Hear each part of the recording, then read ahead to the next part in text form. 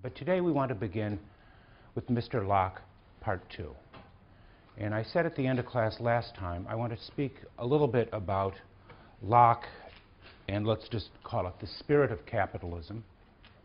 And then I want to move into the issue of government by consent, along with the idea of natural law, perhaps one of Locke's clearly central, perhaps most significant contribution to political philosophy, the doctrine of consent, and various problems that I want to examine with you today associated with consent and what it means to consent to government.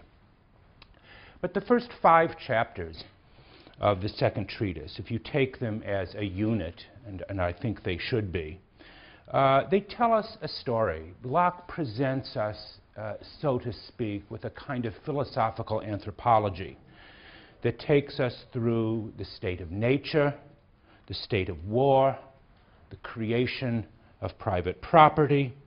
And in the 5th chapter, particularly, Locke begins, as I mentioned last time, with you might say, the original condition of nature, which forms a kind of primitive communism, to the creation of property through the work of one's, the labor of one's body and the work of one's hands.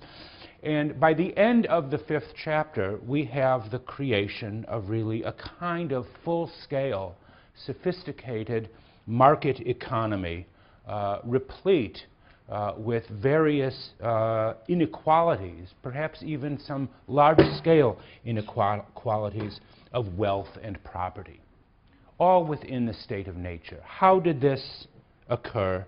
And most importantly for Locke, what makes this legitimate? What legitimizes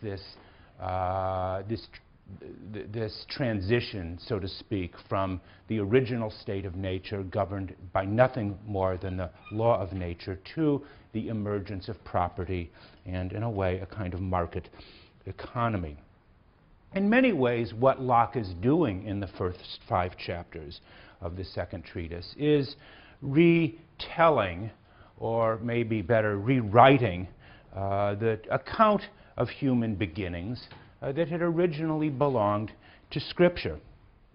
He tells the story, doesn't he, right, of how human beings, finding themselves in a condition of nature with no one or no authority to adjudicate their disputes and governed only by a natural law, how they are nevertheless able to create and enjoy the use of property created and acquired through their labor and work. Man, he tells us in these opening chapters, is a property acquiring animal, the acquisitive animal, even in the state of nature, where there is again nothing but the natural law to govern human associations and relations with one another.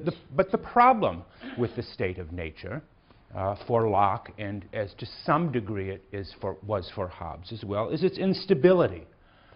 With no civil authority to umpire disputes, especially disputes over property, the peaceful enjoyment and the further acquisition of property, the fruits of one's labor, are continually threatened by war and by conflict. How can we ever be secure in our person or property with no enforcement agency to resolve breaches of the peace, where everybody is, so to speak, again, the judge and jury and executioner of the natural law? The need for government arises out of the real need to resolve conflicts or disputes over property rights. In many respects, this sounds like a very familiar idea, that government exists for the sake of the protection of property rights. It's sort of a kind of cardinal doctrine of what I suppose we would call today libertarianism, the philosophy of libertarianism, so important in a lot of American thought. Locke is in many ways the first writer of my familiarity who claims that, these are his words, the great and chief end of men's uniting into commonwealths is the protection of their property. No one prior to Locke, at least to my knowledge, I think, had ever said in quite such a bold and straightforward way that the purpose of politics was the protection of property rights.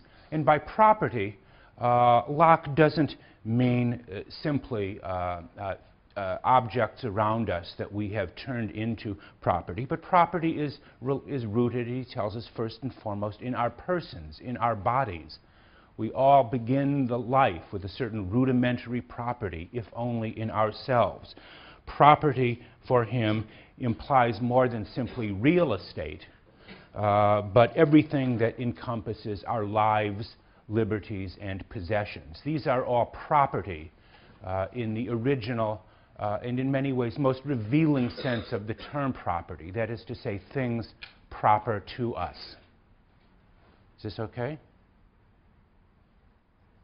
You with us? Okay.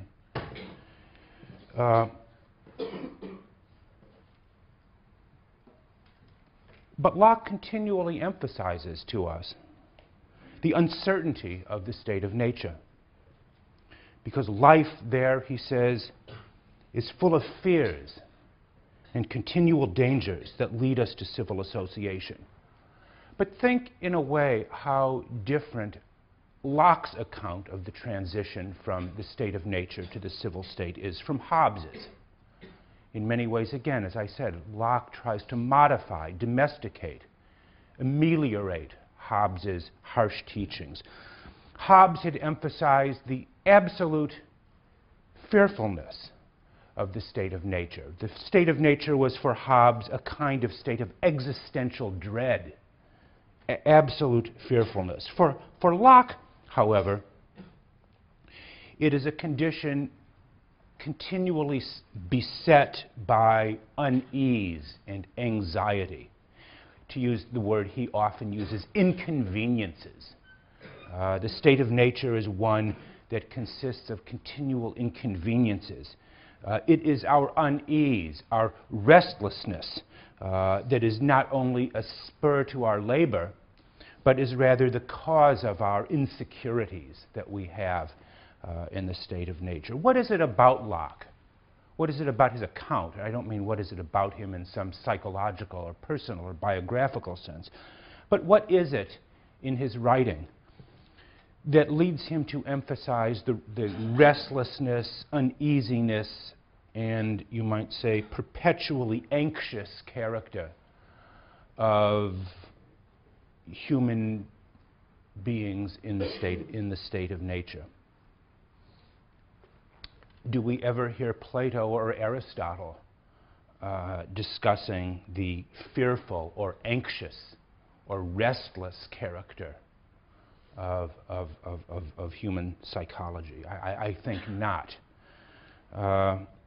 Was this simply a function of Locke's nervous disposition? Was it the fact that he was simply prone to reticence and a kind of fearfulness in the same way that Hobbes himself said? Or does Locke's emphasis on the uneasiness of our condition in the natural condition really represent the qualities of a new class, the new commercial classes, as it were, seeking to establish their legitimacy? Locke's second treatise, in many respects, is a work of middle class, or as the Marxists would like to say, perhaps the bourgeois ascendancy. When Locke writes, that as he does, that the world is intended for the use of the industrious and the rational, yes? Who is he talking about there? Who are the industrious and the rational? He is speaking about a new middle class ethos whose title to rule rests not on heredity or on tradition. He is not referring to a customary ruling class, a class whose title to rule comes from its claims to nobility, but he's referring to people whose title to rule or potential title to rule rests on their capacities for hard work, thrift, and opportunity. As a former student of mine who took this class once said, Locke's second treatise could well be called the Capitalist Manifesto, or the anti-communist manifesto, maybe one could put it. But is Lockeanism simply Machiavelli with a human face? Put it that way.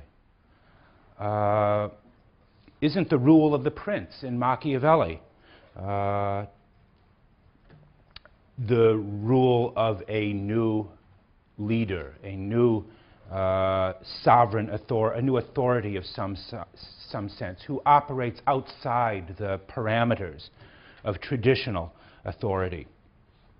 Isn't Lockeanism, like Machiavelli in some way, the ethic of the self-made man, with all of the insecurities and anxieties, restlessness that being self-made represents? Does Lockeanism represent in some ways the tranquilization of Machiavelli, turning Machiavelli's fierce warlike ethic, the ethic of conquest and domination, to, in fact, the ethic of work and as it were, the conquest and domination of work through labor and our hard work?